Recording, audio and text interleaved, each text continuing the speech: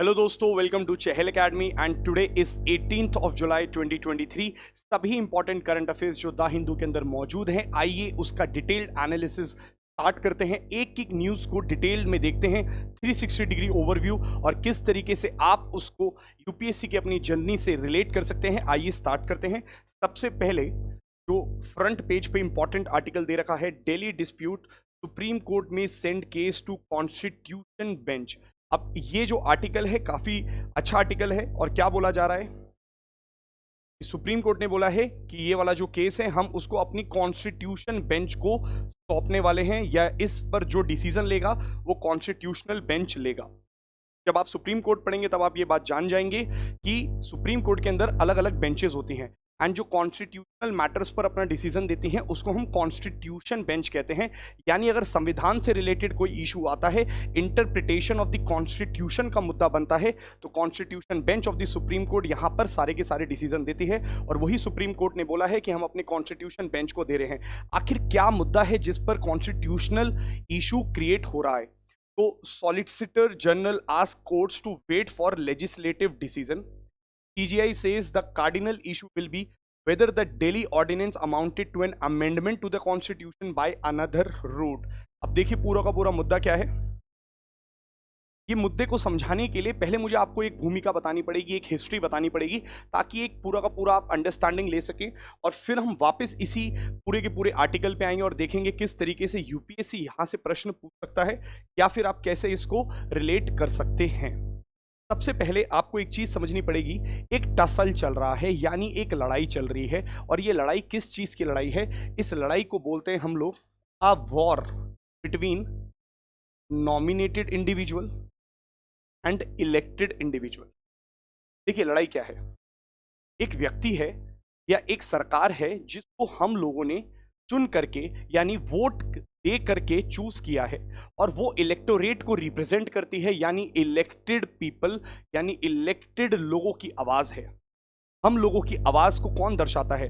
देखिए हम लोग इलेक्शंस लाए, या डेमोक्रेसी का जो सबसे इंपॉर्टेंट पैरामीटर है या सबसे इंपॉर्टेंट बेडरॉक ऑफ डेमोक्रेसी जिसको मैं बोल सकता हूं, वो क्या है? इलेक्शंस। हम अपनी आवाज उठा सकते हैं, और जो लोग हमारे लिए हमारे मुद्दों को चूज कर सकते हैं या फिर उठा सकते हैं पार्लियामेंट पे, हम उनको ये पावर देते हैं। कैसे देते हैं? Right to vote. हमें अधिकार है कि हम इलेक्शन से और चूज कर सकते हैं अपने नुमाइंदों को, या फिर जो भी हमारे लोग हैं। इसका मतलब हम लोगों ने दिल्ली की अगर मैं बात करता हूं, तो दिल्ली के लोगों ने किसको चूज किया है? केजरीवाल की सरकार को।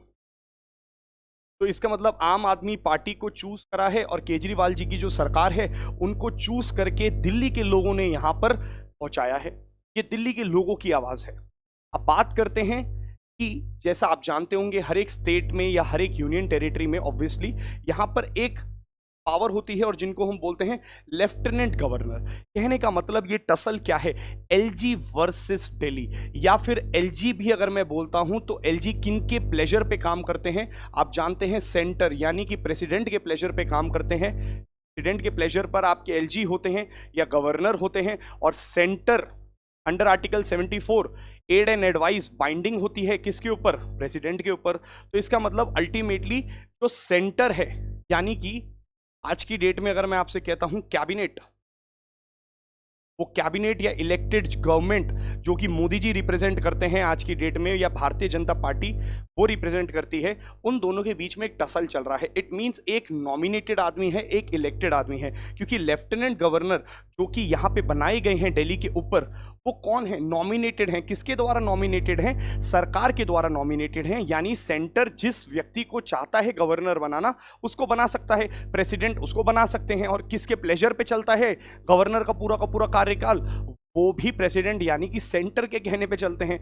इसका मतलब एक लड़ाई है, और वो लड़ाई क्या है? किसकी आवाज को या किसको ज्यादा पावर मिलनी चाहिए? क्या इलेक्टेड गवर्नमेंट को मिलनी चाहिए, या फिर नॉमिनेटेड व्यक्ति को मिलनी चाहिए? तो सुप्रीम कोर्ट के अंदर जब ये केस गया था, तो सुप्रीम कोर्ट ने अपनी बात को बहुत ही बेहतरीन रूप से बता दिया था, और इस बात को पूरी तरीके से क्लैरिफिकेशन दे दी थी कि भाई एक बात याद रखिएगा, लेफ्टिनेंट गवर्नर जो दिल्ली के हैं वो एड एंड एडवाइस से बाइंडेड हैं। किसके? Chief minister and council of minister. यानी कि उन्होंने ये बात बोल दिया था और सुप्रीम कोर्ट ने इस बात पे मोहर लगा दी है कि हमेशा लोगों की आवाज ऊपर रहेगी। कोई भी नॉमिनेटेड व्यक्ति को इलेक्टेड रिप्रेजेंटेटिव से ऊपर की पावर नहीं मिल सकती, यानी कि आप कभी भी गवर्नर को ऊपर नहीं बोल सकते। इलेक्टेड गवर्नमेंट ही सबसे सर्वोपरि है मानी जाएगी। चलिए जी, ये आर्टिकल या फिर ये जो सुप्रीम कोर्ट का वर्डिक्ट था ये आ चुका था। अब उसके बाद एक और टसल स्टार्ट हुआ। अब देखिए टसल किस चीज का है दोस्तों। टसल है अपॉइंटमेंट ऑफ की ब्यूरोक्रेटिक पोजीशंस इन दिल्ली, जैसे आईएएस आईपीएस ऑफिसर्स या फिर ग्रुप ए के जितने भी ऑफिसर्स हैं या फिर जितनी भी इंपॉर्टेंट पोस्ट होती हैं ब्यूरोक्रेसी के अंदर, उसकी पावर किसके पास है? क्योंकि आप जानते हैं अंडर आर्टिकल, अभी हम देखेंगे अंडर आर्टिकल 239AA, ये एक आर्टिकल है 69th amendment constitutional amendment act of 1991 से स्पेशल स्टेटस दिया गया दिल्ली को। सारी पावर्स दिल्ली को दी गई एक्सेप्ट सर्टेन पोजीशंस या सर्टेन लॉज। तो देखिए दिल्ली को एक स्पेशल स्टेटस दिया गया क्योंकि ये यहाँ की कैपिटल सिटी है और कैपिटल सिटी में ऐसा माना जाता है कि सेंटर का रोल हमेशा रहना चाहिए, तो इसको यूनियन टेरिटरी बनाया गया। और यूनियन टेरिटरी में भी इसको ऐसी टेरिटरी बनाया गया जिसके अंदर लेजिस्लेटिव असेंबली होगी अपनी। तो आप जानते हैं सारी यूनियन टेरिटरीज पे लेजिस्लेटिव असेंबली का पोजीशन तो नहीं है, तो यहाँ पे बोला गया ये ऐसी यूनियन टेरिटरी होगी जहाँ पे लेजिस्लेटिव असेंबली होगी, यानी कि मेंबर ऑफ लेजिस्लेटिव असेंबली आएंगे और वो it will be directly chosen by the public, तो उनको पब्लिक इलेक्ट करेगी। अब देखना आर्टिकल 239AA 69th अमेंडमेंट से स्पेशल स्टेटस मिला और किस कमिटी की रिकमेंडेशन पे बनाया गया था? ये एस बालकृष्ण कमिटी के रिकमेंडेशन पे पूरा का पूरा बनाया गया। बट यहां पर 3 मुद्दों को छोड़ करके सभी पावर्स दिल्ली गवर्नमेंट को दी गई। और जो आप जानते होंगे केजरीवाल जी हमेशा बोलते रहते हैं कि मुझको सारी पावर नहीं दी गई है, और वो देखिए सारी पावर कौन सी है, पुलिस से रिलेटेड, लैंड से रिलेटेड, पब्लिक ऑर्डर से रिलेटेड। इन तीनों को छोड़ करके सभी पावर्स पर आपका दिल्ली सरकार की राय चल सकती है, यानी दिल्ली सरकार एक्ट बना सकता है, लेजिस्लेट कर सकता है, ये उसके दायरे में आता है। परंतु देयर आर सर्टेन प्रोविजंस जैसे पुलिस, लैंड या public order, law and order, इन सभी से रिलेटेड दिल्ली सरकार की कोई पावर नहीं है, क्योंकि ये डायरेक्टली किसके पास है? सेंटर के पास है, थ्रू प्रेसिडेंट। प्रेसिडेंट सारा काम कर सकते हैं यहाँ पे, और ये सारी पावर्स दी गई हैं इस आर्टिकल के थ्रू। तो बात ये उठती है कि 239AA में जब ये पावर्स दी गई तो आपने 3 चीजों पर तो बोल दिया, बाकी चीजों पर तो नहीं बोला। अब टसल किस चीज का चल रहा है, लड़ाई किस चीज की चल रही है कि ये जो ब्यूरोक्रेटिक पोजीशंस है इसको कौन अप्लाई कर सकता है या फिर इसको कौन नॉमिनेट कर सकता है, किसके पास पावर है कि एक आईएएस को बुला सकता है, पोजीशन दे सकता है, या फिर पोस्टिंग कर सकता है उसकी, या फिर ट्रांसफर कर सकता है।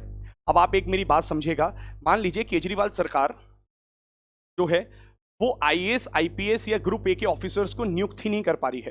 कौन नियुक्त कर रहा है? सेंटर के लोग नियुक्त कर रहे हैं। अभी अगर मैं आपसे कहता हूं कल को आप आईएएस ऑफिसर बन जाते हैं, ultimately you are accountable to the central government. आप सेंट्रल गवर्नमेंट के अंदर ही होते हैं, वो तो आपको डेप्यूटेशन के बेसिस पे स्टेट में दिया जाता है और उसके बाद स्टेट गवर्नमेंट आपको चला सकती है। बट ये स्टेट नहीं है, ये तो यूनियन टेरिटरी है, और यहां पर सारी की सारी चीजों में विवाद है। तो अब यहां पर सबसे बड़ा विवाद की वजह यह बनती है कि किस तरीके से नियुक्त करा जाए या किस ऑफिसर को ट्रांसफर करा जाए। अब मैं आपसे कहता हूं कि मान लीजिए सेंट्रल गवर्नमेंट ने केजरीवाल जी की सरकार में कुछ ऐसे लोग बिठा दिए हैं जो काम करने को राजी ही नहीं है, या आईएएस आईपीएस या कोई आईआरएस ऑफिसर ऐसे हैं जो केजरीवाल सरकार के हित में काम नहीं कर रहे हैं। अब वो चाहते हैं कि इनको ट्रांसफर करा दिया जाए, बट ट्रांसफर नहीं हो सकता।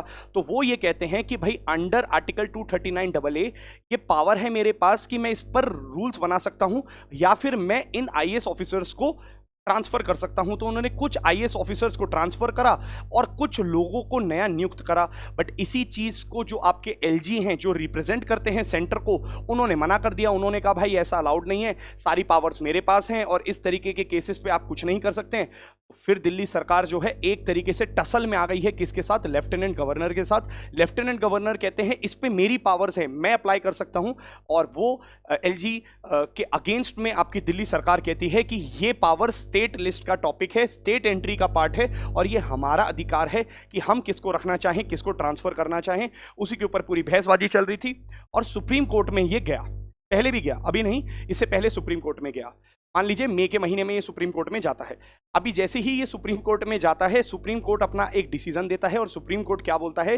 The ultimate authority to transfer and post the bureaucratic services या ग्रुप ए के ऑफिसर्स को जो नियुक्त करने की पावर है या ट्रांसफर करने की पावर है, ये किसके पास है पता है? स्टेट गवर्नमेंट के पास है, यानी कि इलेक्टेड गवर्नमेंट के पास है, यानी कि केजरीवाल सरकार के पास है। और सुप्रीम कोर्ट ने अपने डायरेक्शंस में या फिर जजमेंट में यह बात भी बोली है कि LG is bound by the aid and advice of the CM and the council of minister, hence LG कुछ नहीं कर सकते। किसकी पावर है यहां पे? इलेक्टेड गवर्नमेंट की। अब आप जानते हैं सुप्रीम कोर्ट का जो वर्डिक्ट होता है, ये सुप्रीम कोर्ट का जो प्रोमोगेशंस होते हैं, प्रोनाउंसमेंट्स होते हैं, वो अपने आप में एक लॉ ऑफ फोर्स की तरह काम करते हैं, यानी कि एग्जीक्यूटिव फोर्स होती है उसकी, और ये मानना पड़ा।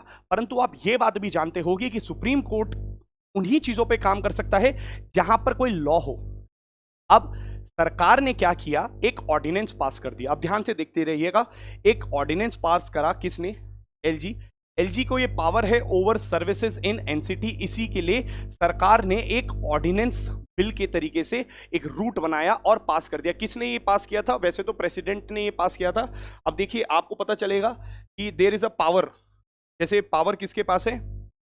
आप देखेंगे दोनों के पास पावर होती है, चाहे तो वो स्टेट गवर्नमेंट हो, चाहे तो वो प्रेसिडेंट हो। जैसे अगर मैं आपसे बोलता हूं प्रेसिडेंट के पास भी पावर्स हैं। कौन से आर्टिकल के अंदर दे रखा है ordinance making power? Under article 123। और गवर्नर के अंदर कौन सी पावर्स दे रखी हैं कि गवर्नर कब बना सकता है? 213 आर्टिकल के अंतर्गत ये पावर्स दे रखी हैं। बट कब बना सकता है?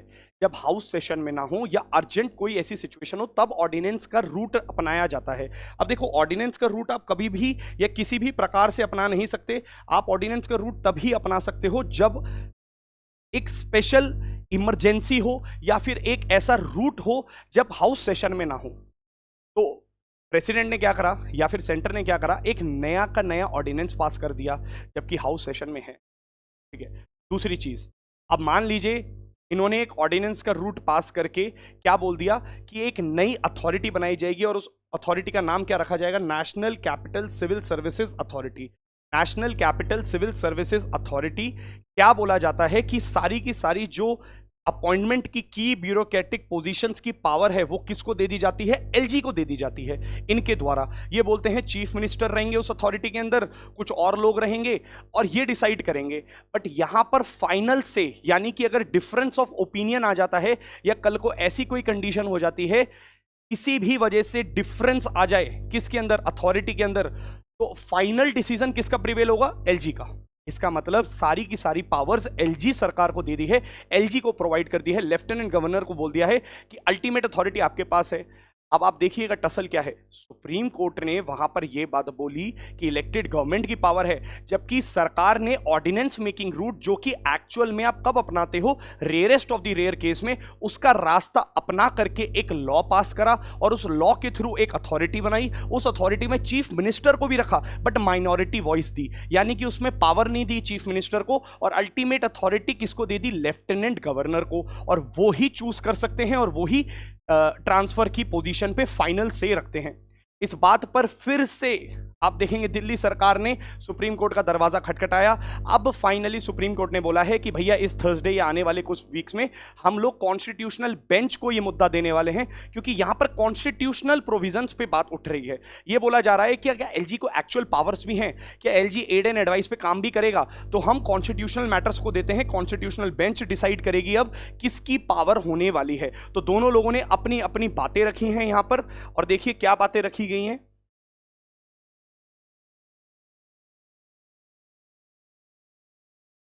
तो अगर आप ये देखते हैं, पहले पढ़िए ये वाला, तो यहां पे क्या बोल रहे हैं?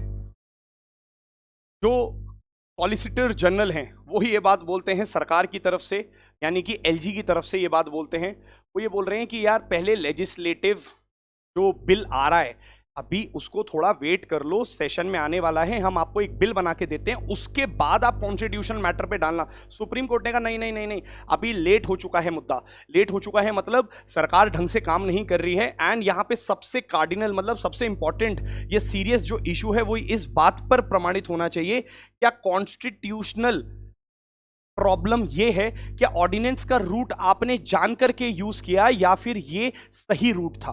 तो वो कहते हैं कि अल्टीमेट प्रॉब्लम यहां पे आती है कि जो दिल्ली ऑर्डिनेंस है क्या वो अमेंडमेंट टू द कॉन्स्टिट्यूशन है? पहली चीज ऑब्वियसली कॉन्स्टिट्यूशन के अंदर आप अमेंड कर रहे हो, और वो ये बोल रहे हैं दूसरा, अगर आप अमेंडमेंट टू द कॉन्स्टिट्यूशन करते हो तो कॉन्स्टिट्यूशन को आप कभी भी अमेंड ऑर्डिनेंस से ना करें। तो वो ये बोल रहे हैं क्या कॉन्स्टिट्यूशन को अमेंड ऑर्डिनेंस से करा गया है, इसी के ऊपर पूरा का पूरा विवाद टिका हुआ है। और देखिए यहां पे क्या बोला है, की points that Delhi government and the central raise in the supreme court. Delhi सरकार क्या कहती है, दिल्ली सरकार का सबसे इंपॉर्टेंट जो आर्ग्यूमेंट है वो यही है, ऑर्डिनेंस ने कॉन्स्टिट्यूशन को अमेंड करा है ऑर्डिनेंस रूट से, जबकि ये गलत है। फिर दिल्ली सरकार कहती है कि state public services entry 41 state list हमसे ले ली गई है, जिसके अंदर हमें पावर्स दी गई थी। फिर देखिए the permanent national capital civil service authority में चीफ मिनिस्टर का माइनॉरिटी वॉइस है, जैसा मैं आपको बता रहा था। अब सेंटर ने इसके बदले में क्या बोला है अपने आर्ग्यूमेंट्स में, सेंटर ने बोला है, थोड़ा सा वेट करिए, ऑर्डिनेंस को हम लोग टेबल करने वाले हैं पार्लियामेंट में ड्यूरिंग मॉनसून सेशन। अब इसका मतलब क्या है, देखिए ऑर्डिनेंस एक लॉ की तरह काम करता है अगर हाउस सेशन में ना हो या अर्जेंट मैटर्स के केस में। और एक चीज याद रखिएगा, एक ऑर्डिनेंस की जो मैक्सिमम अवधि होती है वो होती है 6 मंथ और 6 वीक, इसके बाद आपको रखना ही पड़ेगा पार्लियामेंट में। तो एज पर दी बीजेपी गवर्नमेंट या सेंटर ये कह रहा है कि अभी मॉनसून सेशन आने वाला है और इस मॉनसून सेशन में हम इस वाले जो बिल है इसको रखेंगे पार्लियामेंट में और फिर डिसाइड करेंगे ना क्या हो रहा है। अभी क्यों सुप्रीम कोर्ट को आना है, सुप्रीम कोर्ट को बोला थोड़ा सा रुक जाओ, एक बार देख लो ना हम क्या करने वाले हैं, फिर आप डिसाइड कर लेना। दूसरा, Parliament has overriding powers to make laws even on subjects regarding which the Legislative Assembly of Delhi would be competent to enact laws। अभी सेंटर ने अपने आर्ग्यूमेंट में एक बात और बोली है कि भाई सुनो, स्टेट लिस्ट के अंदर अगर कोई टॉपिक दे भी रखा है ना, तो यूनियन टेरिटरी दिल्ली के केस में हमारे पास ये भी पावर्स हैं, जिस लॉ पर या जिस स्टेट लिस्ट के टॉपिक्स पर आपका दिल्ली सरकार कुछ बना सकती है, वहीं पर सेंटर भी लॉ बना सकती है उन्हीं के ऊपर। We have the overriding powers, हम ओवरराइड कर सकते हैं उन सभी लॉस को, ये भी वो बोल रहा है। और देखिए यहां पे क्या बोल रहा है, Post May 11 Supreme Court verdict, the Chief Minister and ministers went on a rampage, started a witch hunt against officers necessitating the ordinance। अब वो क्या बोल रहे हैं, जब वो मई में मैंने आपको बताया ना सुप्रीम कोर्ट ने बोल दिया था कि भाई हाँ सारी की सारी पावर्स किसके पास हैं, इलेक्टेड गवर्नमेंट के पास, तो वो बोल रहे हैं कि उसके बाद से जो ये दिल्ली की सरकार है ना विच हंट पे निकल गई, यानी हर एक ऑफिसर को देखने लग गई, हर एक ऑफिसर की कमियां निकालने लग गई, उनको ट्रांसफर के बारे में सोचने लग गई, जिसकी वजह से ब्यूरोक्रेसी फेल हो सकती है, इसलिए हमें ऑर्डिनेंस लाना पड़ा, इमरजेंसी में लाना पड़ा। अब अपने अपने आर्ग्यूमेंट्स दोनों के गए हैं, लेट्स सी आने वाले टाइम पे किसको क्या मिलता है या कौन किस तरीके से जीतता है, ये तो पता चलेगा आने वाले समय में। बट हाँ, कोर्ट ने बोल दिया है कि दिल्ली गवर्नमेंट की जो पिटीशन है against the central ordinance effectively gives power over civil services in the NCT या national capital to the lieutenant governor to a constitutional bench for authoritative pronouncement। तो अब constitutional bench डिसाइड करेगा क्या होने वाला है। चलिए नेक्स्ट देखिए,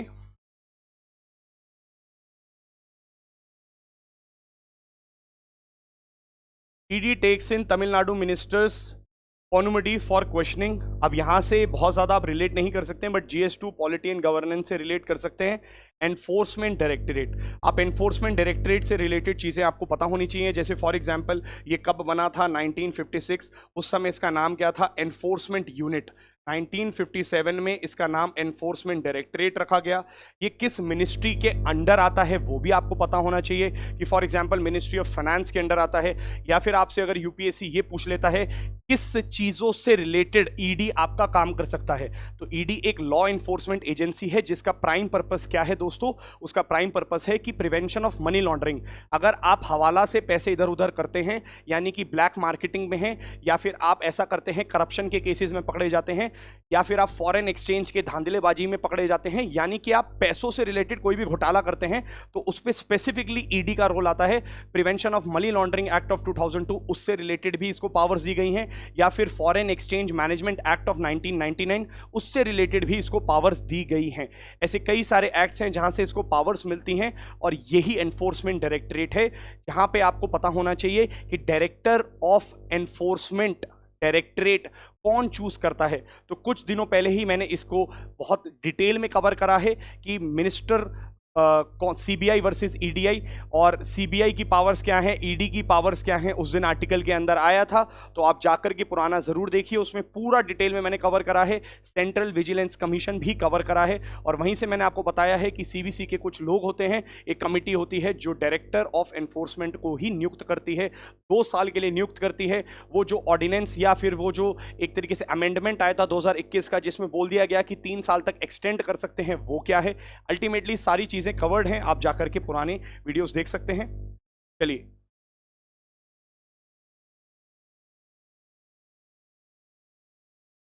PS3 इकोनॉमी से रिलेट करिए इसे। NITI Aayog report says 13.5 crore people lifted out of multi dimensional poverty. Very very important topic दोस्तों। अभी सबसे पहले आपको एक चीज समझनी पड़ेगी, गरीबी क्या, गरीबी क्या होती है दोस्तों। गरीबी एक सब्जेक्टिव चीज है, यानी कि हो सकता है किसी के लिए मैं गरीब हूं, मेरे लिए कोई गरीब है, ये बहुत ज्यादा सब्जेक्टिवनेस है। अगर मैं आपसे पूछता हूं कि आप अपने आप को गरीब मानते हैं क्या, आप बोलेंगे हाँ यार अंबानी को देखते हैं तो हम बहुत गरीब हैं, बट आपको भी देख करके कुछ लोग ये सोचते होंगे आप कितने अमीर हैं। इसका मतलब ये एक सब्जेक्टिव चीज है। इसको ऑब्जेक्टिफाई कैसे करा जाए, तो भारत के अंदर जो गरीबी की परिभाषा वो क्या है, रोटी कपड़ा मकान, this is food shelter and home, clothes.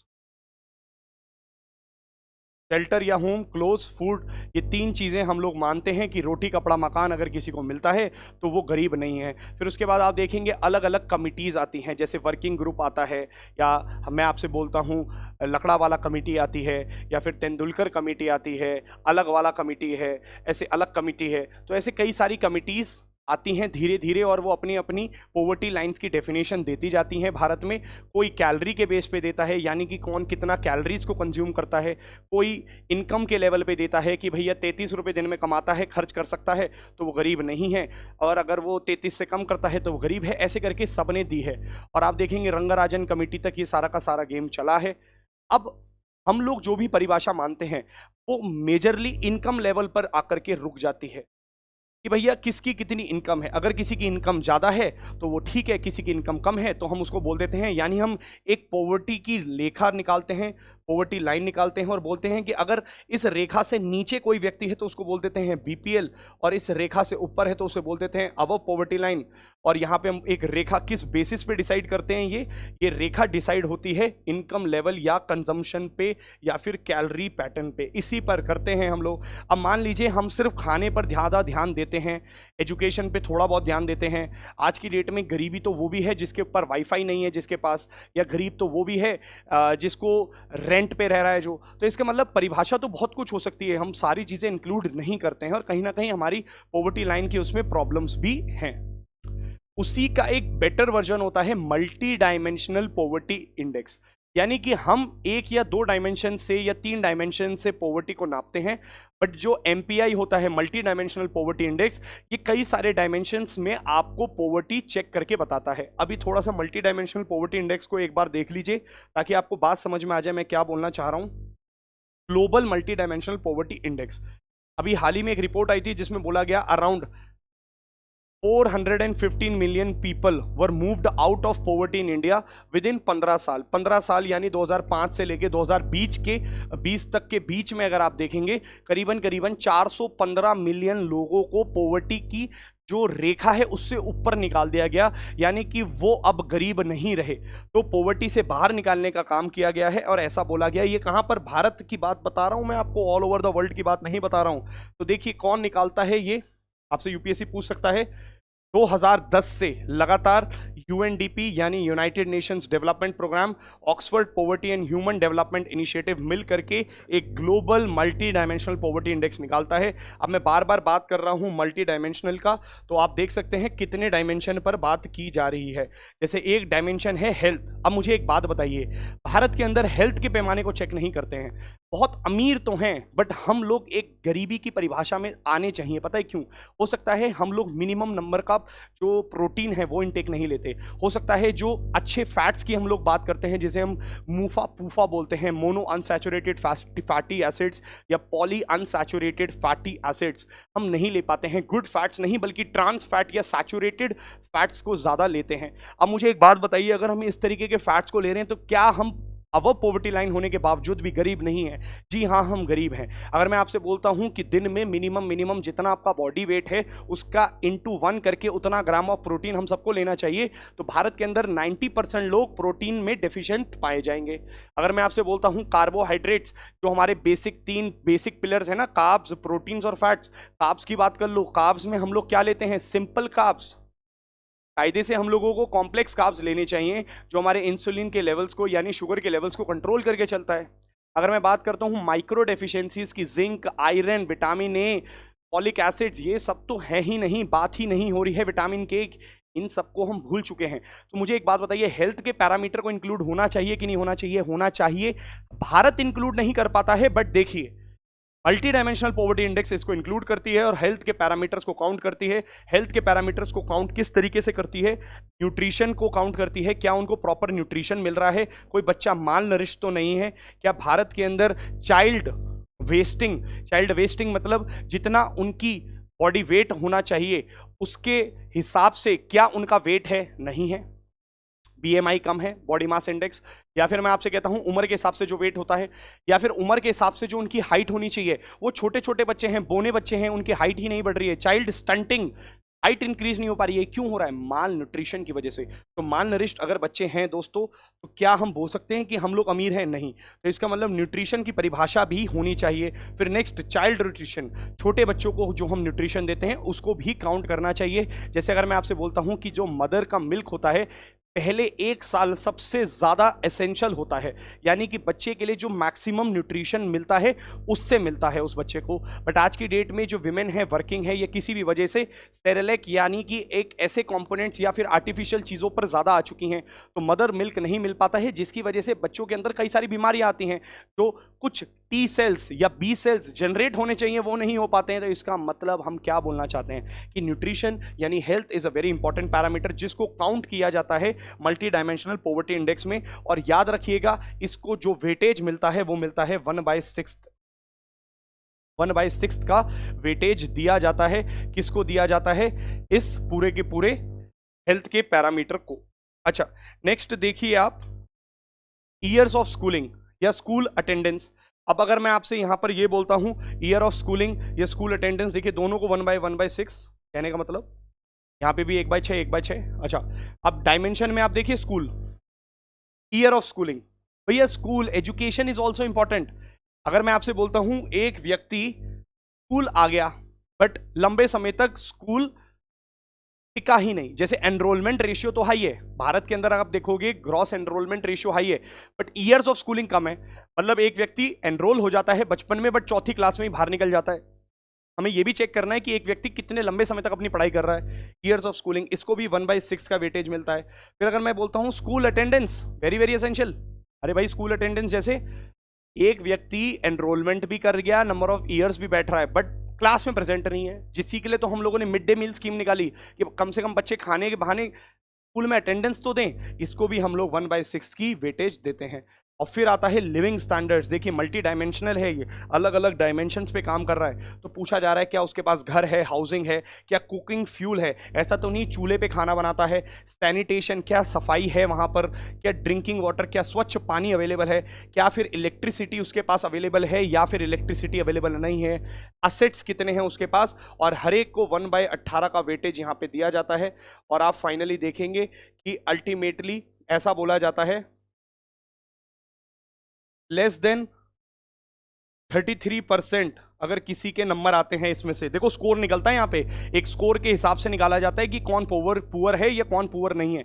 और लेस देन 33% अगर किसी को मिलते हैं किसी कंट्री को, तो उसको पॉवर्टी की डेफिनेशंस में रखा जाता है as per the multi dimensional poverty index. अब आ जाइए वापस से रिपोर्ट पे और देखिए रिपोर्ट क्या कहता है। India has registered a significant decline of 9.8% points in the number of multi dimensionally poor. मतलब भारत के अंदर भी मल्टी डायमेंशनल रिपोर्ट निकाली गई है। किसने निकाली है? नीति आयोग ने। देखो जनरली तो हम नहीं निकालते हैं, हमारी जो रिपोर्ट्स हैं या फिर जो हमारी पुअर की डेफिनेशन है उसमें मल्टी डायमेंशन नहीं है, बट नीति आयोग ने एक रिपोर्ट पहले भी निकाली थी और अभी ये दूसरी रिपोर्ट निकाली है जिसके अंदर इसी बात का जिक्र करा गया है कि भारत के अंदर national multi dimensional poverty index के हिसाब से प्रोग्रेस हुई है, यानी कि कई सारे लोग पहले जो पुअर की कैटेगरी में आते थे अब नहीं है। कितने लोग? देखें यहां पर बोला गया है 9.89% की जो पॉपुलेशन है वो बाहर आ चुकी है। कहने का मतलब पहले 24.85 लोग थे 2015 में पुअर, अब सिर्फ मात्र 14% लोग यानी 14.96% लोग पुअर रह चुके हैं। और वो क्या बोल रहे हैं, कितने लोग, अगर मैं देखो ये तो परसेंटेज है, कितने लोग बाहर आ चुके हैं? 13.5 करोड़ लोग बाहर आ चुके हैं। Acute deprivation, health, education, standard of living, ये तीनों क्राइटेरिया पे चेक करा है नीति आयोग ने। 13.5 करोड़ लोग बाहर आ चुके हैं, ऐसा इनका मानना है। फिर देखिए यहां पे क्या बोला है, ज्यादा डिक्लाइन कहां देखने को मिला है? Rural areas. ये कह रहे हैं गांव या फिर जो पिछड़े शहर हैं, जो ग्रामीण एरियाज हैं, वहां पर सबसे ज्यादा डिक्लाइन देखने को मिला है पॉवर्टी के अंदर। इसका मतलब वहां के लोग ज्यादा तेजी से बाहर आए हैं in comparison to the urban areas. अब अर्बन एरियाज में थोड़ा धीरे धीरे आए हैं। फिर यहां पे देखिए क्या बोला गया है, multi dimensional poverty in urban areas same period saw a decrease but थोड़ा सा कम। Uttar Pradesh registered the largest decline in number of poors. सबसे ज्यादा पुअर जो कम हुए हैं वो कहां पे हुए हैं? उत्तर प्रदेश में। फिर ये बोला जा रहा है कि इस रिपोर्ट को किस बेसिस पे बनाया गया है? National family health survey of 2019 and 21, जिसके बेसिस पे नेशनल, ये है नेशनल, जो मैंने आपको दिखाई थी वो थी वर्ल्ड की, उसी के बेसिस पे नीति आयोग ने नेशनल निकाली और उसी के बेसिस पे डेटा निकाला है। I hope so it is clear. चलिए आगे बढ़ते हैं। Eye on Emirati flows. There are both risk and benefits in the rupee dirham settlement system. चलिए एक ये वाला भी आर्टिकल है और एक आर्टिकल मैं आपको नीचे और दिखा देता हूं। दोनों आर्टिकल्स को एक ही साथ समझा देता हूं आपको। देखिए ये रहा एक और article, GS2 international relation rupee dirham deal is bilateral envoy. पूरा का पूरा आर्टिकल किस बेसिस पे फोकस कर रहा है, आइए समझने का प्रयास करते हैं थोड़ा सा। सबसे पहले आपको जो चीज पता होनी चाहिए वो ये होना चाहिए, मान लीजिए अगर मैं आपसे कहता हूं $1 50 रुपए के बराबर है और $1 100 का हो गया, इसका मतलब मैं ये कहना चाह रहा हूं कि जो हमारी करेंसी है वो क्या हो चुकी है? डेप्रिशिएट। करेक्ट दोस्तों, इसका मतलब मेरी करेंसी डेप्रिशिएट हो चुकी है। और याद रखिएगा जब भी मेरी करेंसी डेप्रिशिएट होती है मेरे एक्सपोर्ट्स चीपर हो जाते हैं, इसलिए बढ़ सकते हैं, और जो मेरे इंपोर्ट्स हैं वो थोड़े से कम हो सकते हैं क्योंकि महंगे पड़ते हैं मेरे को इंपोर्ट्स। और अगर मैं आपको यहां पर एक बात बोलूं, $1 100 रुपए का है और आज या 6 महीने बाद वो $1 50 का हो गया, इसका मतलब भारत की करेंसी एप्रिशिएट हो गई किसके टर्म्स में? डॉलर के टर्म्स में। और जब जब मेरी करेंसी एप्रिशिएट होती है मेरे एक्सपोर्ट्स कम हो जाते हैं क्योंकि महंगे पड़ते हैं, और इंपोर्ट्स जो हैं वो बढ़ जाते हैं क्योंकि सस्ते पड़ते हैं। ये है पूरा का पूरा कंसेप्ट। अब मैं आपसे ये कहना चाह रहा हूं, ध्यान से सुनिएगा। एक कहानी चल रही है पूरे विश्व में जिसको बोलते हैं डी डॉलराइजेशन। ये बात बिल्कुल सत्य है कि रशिया यूक्रेन वॉर नाटो की वजह से हो रहा है, ज्योग्राफिकल रीजंस की वजह से हो रहा है। कहीं ना कहीं नाटो का इंडक्शन इनटू नाटो जो यूक्रेन को इंडक्ट करना चाहती है अपने अंदर, वो भी एक कारण है। या फिर मैं ये बोल सकता हूं कि क्रीमिया वाले बात हो या फिर यूक्रेन में जो डॉनबास रीजन हो उस पे रशिया समर्थक हैं। बहुत सारे रीजन हैं जिसकी वजह से रशिया यूक्रेन हो रहा है। एक और वजह है डी डॉलराइजेशन। डी डॉलराइजेशन का मतलब क्या है? देखो अगर हम लोगों को किसी कंट्री के साथ ट्रेड करना है, मान लीजिए इंडिया को ट्रेड करना है किसके साथ?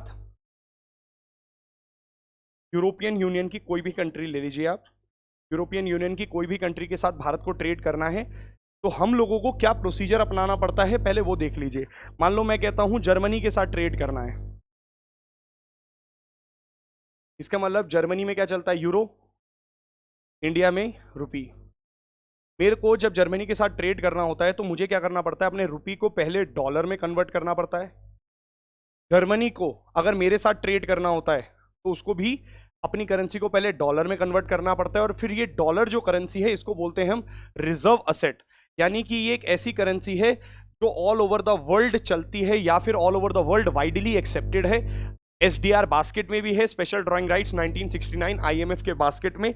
और ये एक ऐसी करेंसी है जो ऑल ओवर द विश्व सबसे ज्यादा वाइडली एक्सेप्टेड करेंसी मानी जाती है। बट देखिए, जब मैं रुपी को डॉलर में कन्वर्ट करता हूं तो मेरे को एक्सचेंज के रिस्क भी देखने को मिल सकते हैं। जैसे मान लीजिए, हो सकता है डॉलर जो है एप्रिशिएट हो गया हो, यानी मेरी करेंसी डेप्रिशिएट हो गई हो। एक बात याद रखिएगा, ये तराजू की तरह है। तराजू मतलब अगर यहां डॉलर है, यहां रुपी है, अगर रुपी नीचे गिरता है मतलब डेप्रिशिएट होता है, तो डॉलर हमेशा एप्रिशिएट हो रहा होगा। और अगर यहां पे डॉलर डेप्रिशिएट हो रहा है तो आप देख सकते हैं रुपी एप्रिशिएट हो रहा होगा।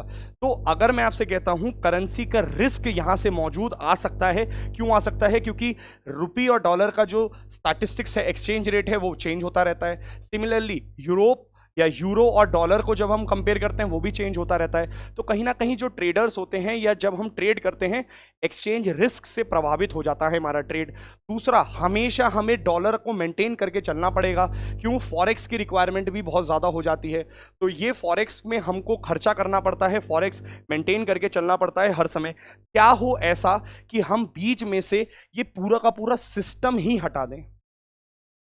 इंडिया अगर जर्मनी से ट्रेड करे बट ये पूरा का पूरा सिस्टम हटा दे और क्या बोले कि इंडिया जर्मनी आपस में अब क्या करने वाले हैं? बाइलेटरल ट्रेड एग्रीमेंट, जैसे रशिया और इंडिया ने करा, जिसे आपने बोला रुपी रूबल एग्रीमेंट। तो मैं ऐसा बोल सकता हूं कि रुपी रूबल एग्रीमेंट यानी कि एक बाइलेटरल ट्रेड एग्रीमेंट मैं और जर्मनी साइन कर लें और उसमें हम दोनों एक दूसरे को ये बोलें कि डॉलर को मेंटेन करने की जरूरत नहीं है, आप क्या करिए। देखो ध्यान से सुनिएगा, इंडिया और रशिया के केस में क्या बोला है? रशिया ने ये बोला है कि आप ऐसा क्या करिए, आपकी करेंसी को मैं होल्ड करूंगा। ध्यान से सुनना, रशिया ये कहता है आपकी जितनी भी करेंसी है रुपी, उसको मैं होल्ड करूंगा और आप क्या करो? इंडिया को बोला है आप मेरी करेंसी को होल्ड करो। अच्छा, एक चीज याद रखिएगा, जब भी आप किसी करेंसी को होल्ड करते हैं या फिर डिमांड करते हैं, जिस करेंसी को आप डिमांड करते हैं वो एप्रिशिएट होता है। जिस भी करेंसी को आप डिमांड करते हैं वो एप्रिशिएट होता है, बाकी दूसरी करेंसी एप्रिशिएट होती है। अगर मैं कहता हूं डॉलर की डिमांड ज्यादा बढ़ जाती है तो इसका मतलब डॉलर एप्रिशिएट हो रहा है, रुपी डेप्रिशिएट हो रहा है। बट यहां पर क्या बोल रहे हैं? रशिया कह रहा है कि भाई मैं तेरी करेंसी की डिमांड करूंगा, इसका मतलब मैं रुपी रुपी चिल्लाऊंगा, मैं रुपी रुपी की डिमांड करूंगा, रुपी एप्रिशिएट होगा। इंडिया बोल रहा है कि मैं क्या करूंगा? रूबल रूबल चिल्लाऊंगा, रूबल रूबल की डिमांड करूंगा, तो क्या होगा? रूबल एप्रिशिएट होगा। अगर ये दोनों ऊपर उठे तो क्या नीचे गिरा? देखो, अब इस तराजू के अंदर एक व्यक्ति और आ गया, ये यहां पर कौन है? रूबल और रुपी दोनों, और नीचे क्या गिरा? डॉलर। अब रुपी, रूबल, यूएई, दिरहम, चाहे ऐसी कई सारी कंट्रीज हैं, करीबन करीबन 18-20 कंट्रीज जो ये कहती हैं कि हम डॉलर को हटा करके आपस में एक दूसरे के साथ ट्रेड करेंगे, करेंसी एक्सचेंज रेट को खत्म कर देंगे। इसका मतलब इसको बोलते हैं डी डॉलराइजेशन, कि डॉलर की हेगेमनी को खत्म करना है, डॉलर के यूसेज को खत्म करना है। डी डॉलराइजेशन की एक तरीके से पहल चालू हो चुकी है। अब देखिए डी डॉलराइजेशन होता कैसे है, जल्दी से मैं आपको बता देता हूं। आप लोगों को एक चीज पता होनी चाहिए, नॉस्त्रो एंड वॉस्त्रो अकाउंट्स। अभी नॉस्त्रो वॉस्त्रो क्या होता है देखो, XYZ बैंक इंडिया का,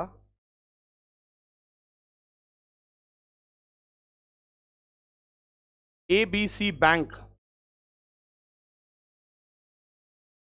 जर्मनी।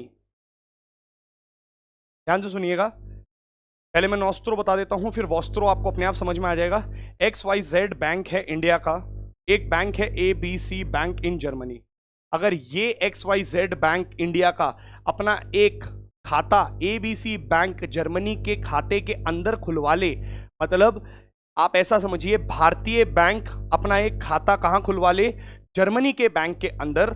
और किस करेंसी को होल्ड करके रखे? जर्मनी की यूरो करेंसी को होल्ड करके रखे। तो यूरो करेंसी में एक खाता खुलवा ले यहां पे, और जो मेरा खाता, मेरे हिसाब से देख रहे हैं हम, देखिए इंडिया के हिसाब से देख रहे हैं आप, इंडिया के हिसाब से किसका खाता खुला है दूसरी जगह? मेरा खाता खुला है, यानी नॉस्त्रो।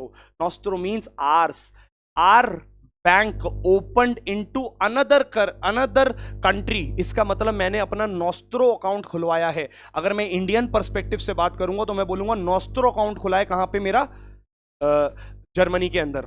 अच्छा, अगर मैं जर्मनी के एंगल से आ जाता हूं, जर्मनी के एंगल में हूं, मैं जर्मनी का बंदा हूं और जर्मनी के बैंक में भारत के बैंक ने जो अकाउंट खुलाया है, इंडिया के हिसाब से वो नॉस्ट्रो है, बट मेरे हिसाब से क्या है, उनका, यानी कि किसका है, इंडिया का। इसका मतलब वॉस्ट्रो अकाउंट है। मैं बोलूंगा या जर्मनी बोलेगी कि भारत ने, इंडिया ने क्या खुलवाया है, वॉस्ट्रो अकाउंट खुलवाया है अपना। किधर खुलवाया है, जर्मनी के अंदर। देखो, सिर्फ नॉस्ट्रो वॉस्ट्रो में फर्क क्या है, ये सब लैटिन वर्ड्स हैं जहां पे बस नॉस्ट्रो को बोला जाता है आर्स, वॉस्ट्रो को बोला जाता है योर्स। अगर मैं आपसे सिंपल बोलूं, मैं इंडिया के पर्सपेक्टिव से जब ये देखता हूं, जर्मनी में मेरा बैंक खुला है, मैं बोलता हूं मेरा बैंक खुला है, मतलब नॉस्ट्रो अकाउंट खुला है मेरा, कहां पर, जर्मनी में। अगर मैं जर्मनी के एंगल से इंडिया का अकाउंट अपने अकाउंट में खुला हुआ देखता हूं तो मैं बोलता हूं भारत ने वॉस्ट्रो अकाउंट खुलवाया है मेरे यहां। अभी नॉस्ट्रो वॉस्ट्रो आपको क्लियर होगा, आई होप सो। अब देखिए यहां पे होता क्या है, एक पहले से ही प्री डिटरमाइंड एक्सचेंज रेट का सिस्टम ये बना लेते हैं कि भाई देखो ऐसा है, इसी रेट पर हम दोनों एक दूसरे की करेंसी को एक्सचेंज करेंगे, यानी कि डॉलर को हटा देंगे, डॉलर अब तो आएगा ही नहीं। अब होता क्या है, भारत ने या भारत के XYZ बैंक ने जो अपना खाता खोला है जर्मनी के बैंक में जाकर के, अब देखो वहां पे काम कैसे होता है। मान लीजिए जर्मनी का कोई व्यक्ति है जो इंडिया कोई एक्सपोर्ट करता है, इंडिया में कोई भी चीज को एक्सपोर्ट करता है, कौन दोस्तों, जर्मनी का एक व्यक्ति। तो जर्मनी का वो जर्मनी का व्यक्ति एक एक्सपोर्ट करता है इंडिया के अंदर। तो मुझे एक बात बताओ, पहले जब जर्मनी का कोई भी सामान एक्सपोर्ट होता था इंडिया में तो करेंसी डॉलर में कन्वर्ट करनी पड़ती थी, अब करने की जरूरत नहीं है क्योंकि नॉस्ट्रो वॉस्ट्रो खुला हुआ है, सिंपल सी बात है। मतलब जर्मनी के पास वॉस्ट्रो अकाउंट तो है ही ना जर्मनी के अंदर हमारा। अब देखिए किस तरीके से होगा, तो एक्चुअल में ये जो अकाउंट है ना इसका XYZ बैंक का, इस बैंक के खाते में हम लोगों को पेमेंट देनी है या लेनी है, जर्मनी से हम लोगों को पेमेंट देनी है क्योंकि जर्मनी हमको सामान एक्सपोर्ट कर रहा है, हमें बेच रहा है, इसका मतलब हम लोगों को पेमेंट देनी है। पेमेंट देनी है ना, तो इसके में माइनस लिख दो। कितना माइनस लिख दो, मान लो 100 रुपए का सामान मंगवाया तो 100 रुपए माइनस में आ गए, किसके अकाउंट में, XYZ बैंक के खाते में। इसका मतलब पता है क्या है, इसका मतलब है कि XYZ को 100 रुपए इस बैंक को देने हैं। अब देखो देगा नहीं, बट ये बैंक इस जर्मनी वाले व्यक्ति को किस यूरो में पेमेंट कर देगा, अपने आप ही पेमेंट आ गई 100 रुपए की यूरो। अब देखो कल को इसी जर्मनी का कोई या दूसरा व्यक्ति है, उसको भारत से कोई सामान मंगवाना है, इंपोर्ट करना है। अब इंपोर्ट करने का मतलब क्या होता है मेरे को बताओ, इंपोर्ट करने का मतलब है किसी सामान को जर्मनी लेके जाया जाएगा, बट जब जर्मनी सामान को लेके जाया जाएगा तो मुझे एक बात बताओ, जर्मनी को हमें पेमेंट करनी है या लेनी है, जर्मनी विल पे अस। इसका मतलब हमारे खाते में प्लस 500 हो गया। अब जो ये प्लस 500 हुआ है, याद रखना ये एक्चुअल में हमारा पूरा का पूरा एक फिगर्स मेंटेन करी जाती हैं, प्लस माइनस पूरा का पूरा। और इसी तरीके से वो भी अपना एक अकाउंट हमारे यहां खुलवा लेंगे SBI के अंदर, और सेम यहां पे प्लस माइनस चलता रहेगा। और फाइनली दोनों के प्लस माइनस में चेक करा जाएगा क्या भारत को अल्टीमेटली पेमेंट देनी है या अल्टीमेट पेमेंट लेनी है। और अगर मान लीजिए भारत को अल्टीमेटली जर्मनी को पेमेंट करनी है, फाइनल ट्रांजैक्शन दोनों का माइनस प्लस करने के बाद 600, तो 600 रुपए यहां से पेमेंट हो जाएगा। ये है पूरा का पूरा नॉस्ट्रो और वॉस्ट्रो। तो आप समझ पाएंगे धीरे धीरे, और बेहतर समझ पाएंगे, आर्टिकल्स पढ़ेंगे तो और बेहतर समझ पाएंगे। नॉस्ट्रो वॉस्ट्रो डॉलर का डोमिनेंस हटा देता है और दोनों आपस में एक दूसरे की करेंसी में ही डील करते हैं, यानी कि दोनों एक दूसरे की करेंसी को अप्रिशिएट भी करते हैं, उसकी डिमांड भी करते हैं, और पूरा का पूरा करेंसी एक्सचेंज का जो रिस्क है उसको सॉर्ट आउट कर देते हैं। और इसी के लिए यहां पे आपको देखने को मिलेगा रुपी दिरहम डील इज बायलेटरल एनवॉय, ये बात बोलते हैं। और यहीं पर आप पीछे भी देख सकते हैं क्या बात बोली जा रही है, TS3 IR, I on Emirates, there are both risk and benefits in the rupee dirham settlement system। तो वो बोल रहे हैं रिस्क भी है, अच्छा भी है, और ये पूरा का पूरा काम भी करना चाहिए, क्योंकि देखिए डॉलर की अगर हेगेमनी को खत्म करना है तो बहुत सारे रिस्क भी हैं उसके साथ, क्योंकि डॉलर एप्रिशिएट भी होगा। अगर आप करेंसी को इन्वॉल्व नहीं कर रहे हैं तो आपका ट्रेड अच्छे से होना चाहिए दोनों का। मान लीजिए जैसे रुपी रूबल में क्या हुआ, दोनों ने खाते तो खुलवा लिए बट ट्रेड ही नहीं हो रहा। ट्रेड क्यों नहीं हो रहा? बहुत सारी प्रॉब्लम्स है। जैसे मैं आपको एक आर्टिकल दिखाता हूं ट्रेड में कहां पे दिक्कत आ रही है।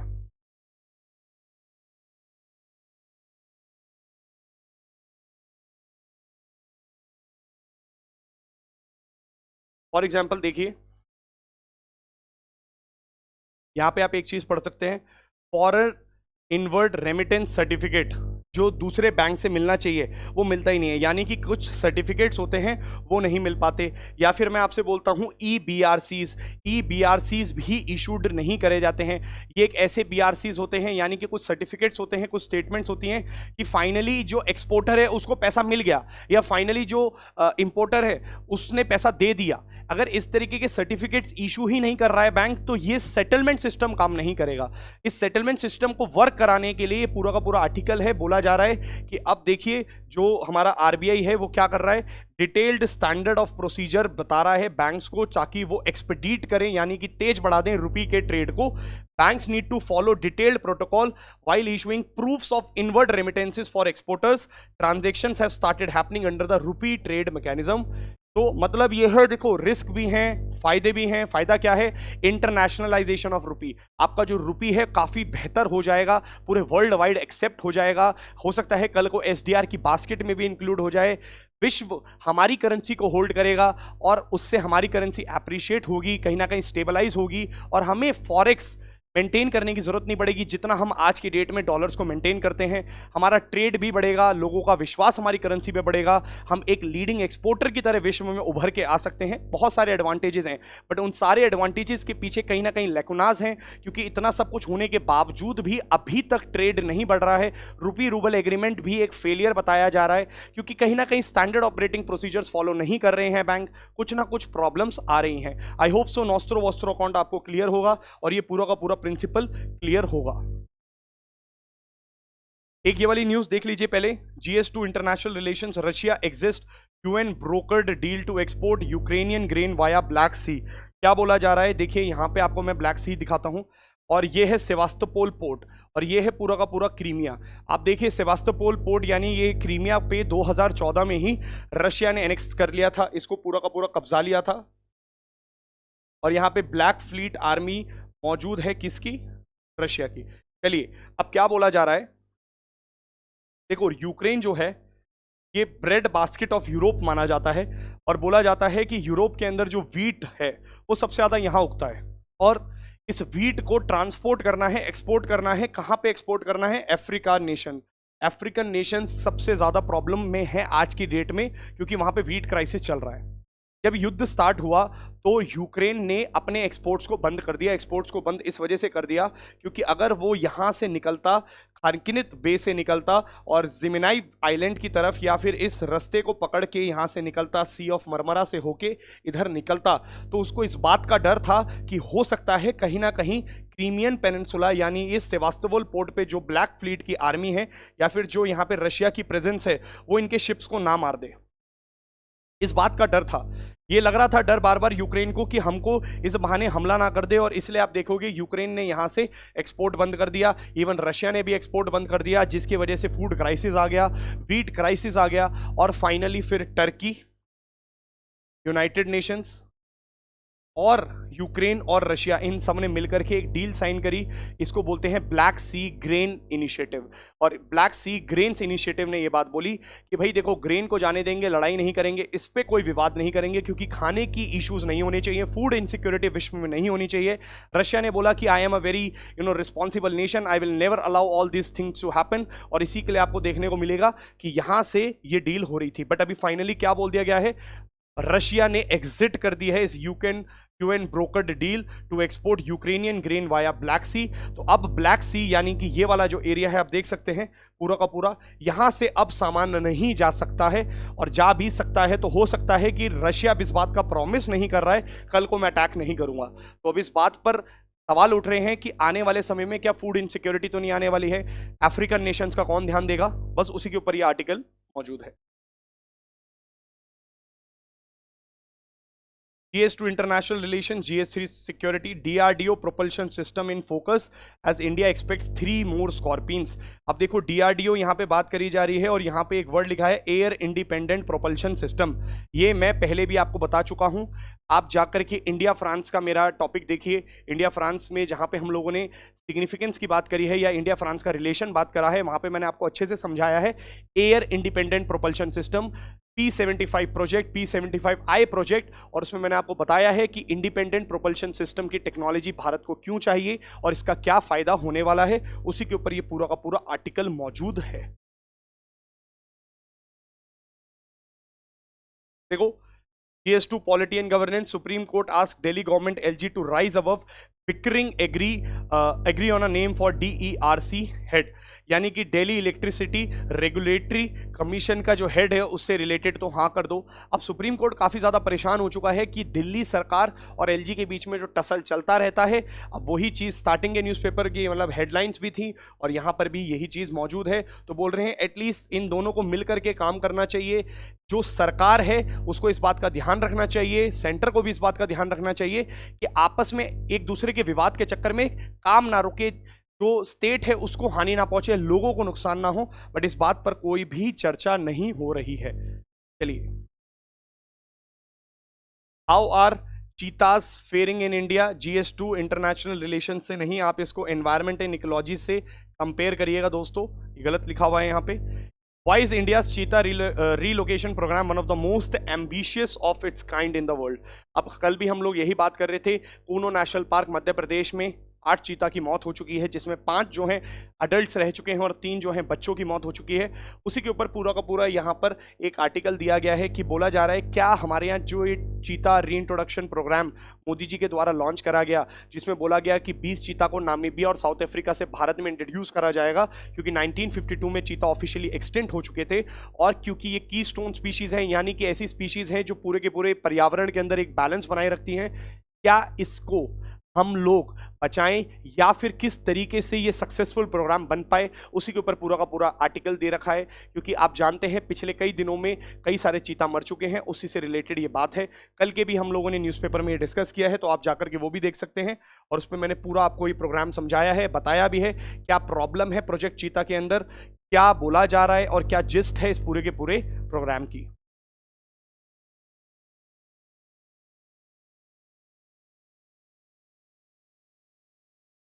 इसको आप GS2 पॉलिटी एंड गवर्नेंस से रिलेट कर सकते हैं। Common civil code spelling equality for every Indian. दोस्तों ये जो पूरा आर्टिकल है ये यूनिफॉर्म सिविल कोड के ऊपर दे रखा है। आर्टिकल काफी अच्छा है। ऑथर आप देखिए एक इकोनॉमिस्ट हैं और उन्होंने बालकृष्णन जी ने ये पूरा का पूरा आर्टिकल बोला है कि एक कॉमन सिविल कोड इक्वालिटी का एक प्रतीक है भारत के लिए। अब वो क्या बोला जा रहा है आप जानते हैं, आर्टिकल 44 यूनिफॉर्म सिविल कोड, जिसको बोला गया कि बाबा साहब अंबेडकर हों या फिर जो हमारे कॉन्स्टिट्यूशनल मेकर्स थे उनका भी ऐसा मानना था, तभी उन्होंने कॉन्स्टिट्यूशन के अंदर उसका प्रावधान दिया और वो चाहते थे कि इसको बनाया जाए, परंतु उस समय क्योंकि मेजॉरिटी नहीं आ पाई या इस पर कोई डिस्कशन फाइनलाइज नहीं हुआ तो उन्होंने DPSP में डाल दिया, नहीं तो ये एक फंडामेंटल राइट बनता।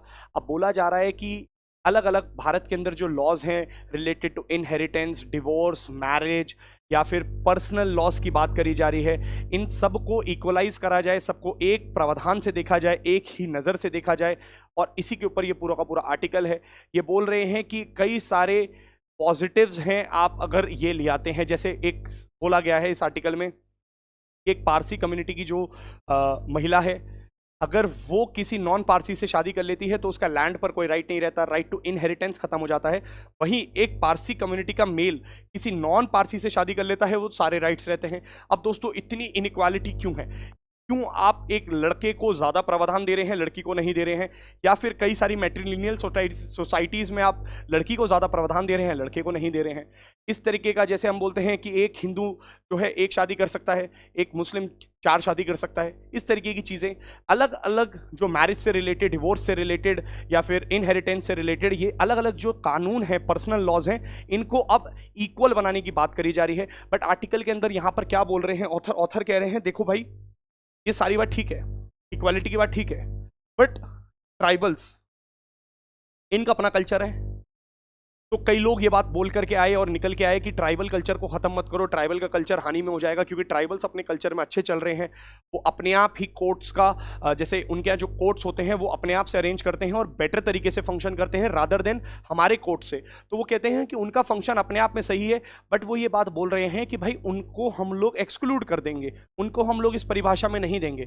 फिर वो ये भी बोल रहे हैं कि भाई देखो, कई लोग ये बोल रहे हैं कि इससे जो रिलीजियस एटीट्यूड दिया जा रहा है, नहीं, रिलीजन की बात नहीं है, ये तो सबको इक्वालिटी की बात बोली जा रही है, और ये तो हमारा बेसिक प्रीमाइस है, डेमोक्रेसी का बेसिक प्रीमाइस ही यही है ना, इक्वालिटी। तो सारी इक्वालिटी की बात करी जा रही है। वो बोल रहे हैं, कुछ लोग इसको ये बोल रहे हैं कि यूनिटी डाइवर्सिटी खत्म हो जाएगी। वो बोल रहे हैं यूनिटी डाइवर्सिटी खत्म नहीं हो सकती इससे, बस हम लोग बात इस बात पे कर रहे हैं, क्या हर एक इंसान को एक चीज का अधिकार नहीं होना चाहिए?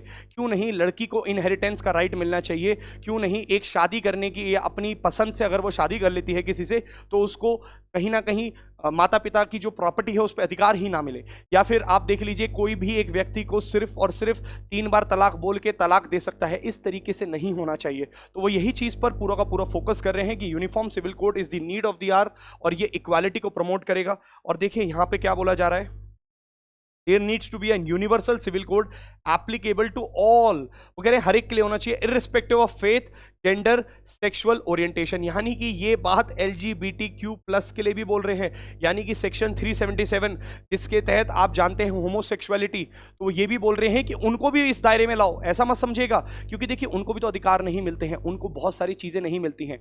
आज तक आप देखिए LGBTQ+ को राइट टू वर्क में अधिकार नहीं मिल रहे हैं। आपने उनको सेक्शन 377 के अंदर प्लेस तो कर दिया, बट कोई भी उनको जॉब्स नहीं दे रहा है। क्या मिनिमम वेजेस मिल रही है? उन्हें नहीं मिल रही है। क्या उनको EPFO में रजिस्टर करा जा रहा है कि नहीं करा जा रहा है? फॉर्मलाइज इकोनॉमी का पार्ट बन पा रहे हैं, नहीं बन पा रहे हैं?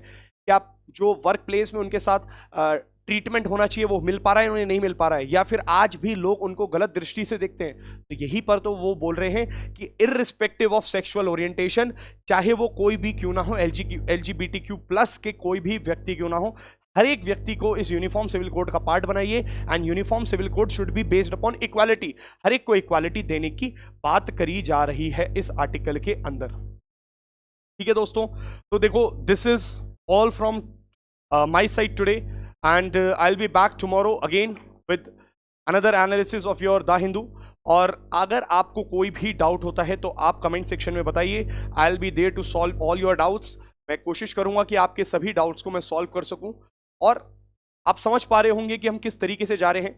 मे भी हम लोग कम आर्टिकल्स को कवर कर रहे हैं, बट उनको डिटेल में कवर करिए, एक अप्रोच को कवर करिए, 360 डिग्री एनालिसिस को समझने का प्रयास करिए। और मेंस के किस तरीके से यूपीएससी क्वेश्चन पूछ सकता है, आप जा सकते हैं चैल एकेडमी की वेबसाइट पे जाइए, वहां पे आप डेली करंट अफेयर्स, आप जाइए वहां पे आप डेली आंसर राइटिंग के सेक्शन में भी जा सकते हैं। और द हिंदू के कुछ हम लोग क्वेश्चंस भी देते हैं, मतलब मेंस की प्रैक्टिस भी देते हैं, प्लस हम वहां पर ऑब्जेक्टिव क्वेश्चंस यानी प्रीलिम्स बेस्ड क्वेश्चन भी डालते हैं। जो भी आपके द हिंदू से रिलेटेड क्वेश्चंस हैं, दिन के 10 क्वेश्चन हैं, आप उन्हें सॉल्व करिए, सबमिट करिए, आंसर्स देखिए और प्रैक्टिस करिए। देखिए जितना आप प्रैक्टिस करेंगे उतना ही बेहतर आप करंट अफेयर्स में कर पाएंगे। Thank you so much, I will see you tomorrow.